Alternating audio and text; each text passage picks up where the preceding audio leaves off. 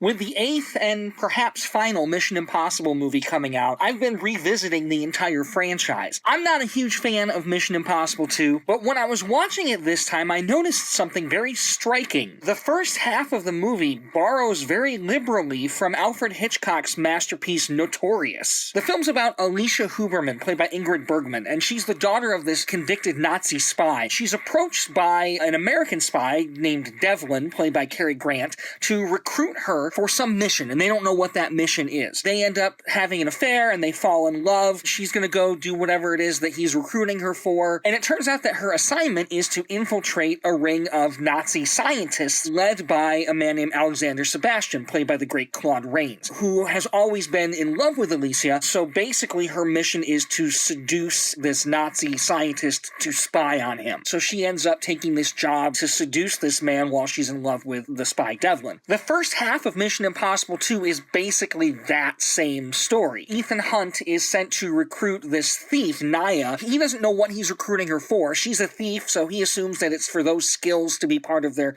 IMF team. But after the two of them hook up and then apparently fall in love very quickly, they find out that it's also a seduce and spy mission, where she's supposed to be getting back together with her ex, Sean Ambrose, so that she can spy on him to find out what he's doing with some kind of chemical warfare thing. I don't know, the plot's whatever. Both films also feature a sequence at the racetrack with a horse race where the female lead has gone with her lover that she's spying on and ends up having a rendezvous to disseminate information back to the spy that she's actually in love with. That really struck me on watching Mission Impossible 2 this time, how similar the two films are in those regards. Not in many other regards. It borrows a lot from Notorious. Weirdly specific things that it borrows. Well, if you're gonna steal, steal from the best. Did they do it intentionally? Was it just an accident? Something that happened to be in writer Robert Towne's brain?